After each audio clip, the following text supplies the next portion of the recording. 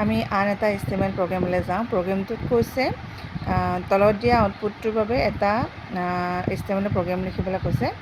আৰু এই প্ৰগ্ৰেমটোত তোমালোকে চোৱা, আগৰ যিবিলাক প্ৰগ্ৰেম কৰিছোঁ সেইবিলাকত আমি এটা শাৰী থকা কৰিছিলোঁ, হয় নাই? কেৱল এটা শাৰী আছিলে। কিন্তু কেইবাটাও শাৰী যদি প্ৰগ্ৰেম থাকে তেনেহ'লে আমি কিদৰে কৰিব লাগিব? তাৰমানে ধৰা এটা ৱেব পেজ যদি এনেদৰে থাকে, 4টা শাৰী যদি এটা ৱেব পেজ থাকে, তেতিয়া আমি কেনেদৰে প্ৰগ্ৰেমটো কৰিব লাগিব?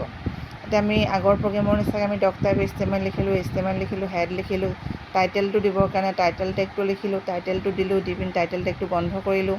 তাৰপিছত টাইটেলটো যিহেতু কাম শেষ হ'ল, গতিকে আমাৰ হেডৰো কাম নাই, গতিকে আমি হেডটো ক্ল'জ কৰি দিলোঁ। আৰু এই কথাখিনি কি কাৰণে দিয়া হয়, কিয় মই গোটেই কথাখিনি মই আগৰ ভিডিঅ'সমূহত কৈছোঁ বা ক্লাছৰুমত বুজাওঁতেও মই কৈছোঁ। তাৰপিছতে আহিলে আমাৰ মেইন বস্তুটো, মানে যিটো পাৰ্টত আমি লিখিলে আমাৰ স্ক্ৰীণত যিটো ৱেব পেজত যিটো ডিছপ্লে হয় সেই কথাখিনি আমি পাম। আৰু স্ক্ৰীণত বা ৱেব পেজত ডিছপ্লে হোৱা কথাখিনি বা তথ্যখিনি আনিবৰ বাবে আমি কিহৰ ভিতৰত লিখিব লাগিব? বডি টেগৰ ভিতৰত লিখিব লাগিব।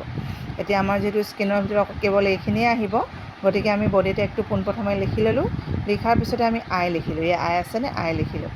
মানে আগতে যেতিয়া এটা শাৰী আছিলে বা এটা শব্দ আছিলে, তেতিয়া আমি বডিৰ ভিতৰতে সেই শাৰীটো লিখি দিছিলোঁ, বডিটো ক্ল'জ কৰি দিছিলোঁ, HTMLটো ক্ল'জ কৰি দিছিলোঁ।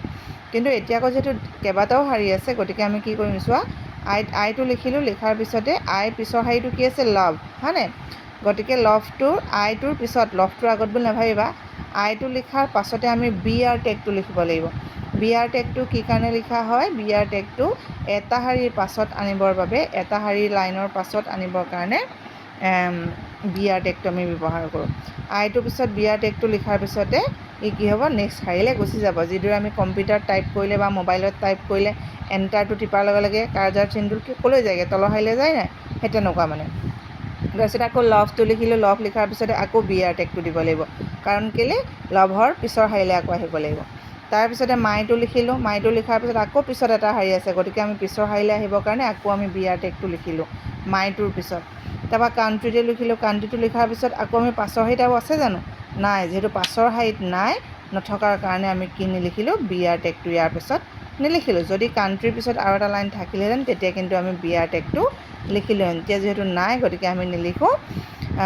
নিলিখাৰ কাৰণে তাৰপিছত আমাৰ আৰু মানে স্ক্ৰীণত বা আউটপুটত আৰু একো নাই, গতিকে আমি বডি টেগটো ক্ল'জ কৰিব পাৰিম, কাৰণ স্ক্ৰীণত একো নাই, হয়? স্ক্ৰীণত একো নাই কাৰণে আমাৰতো আৰু একো কাম নাই, গতিকে বডি টেগটো আমি ক্ল'জ কৰি দিম।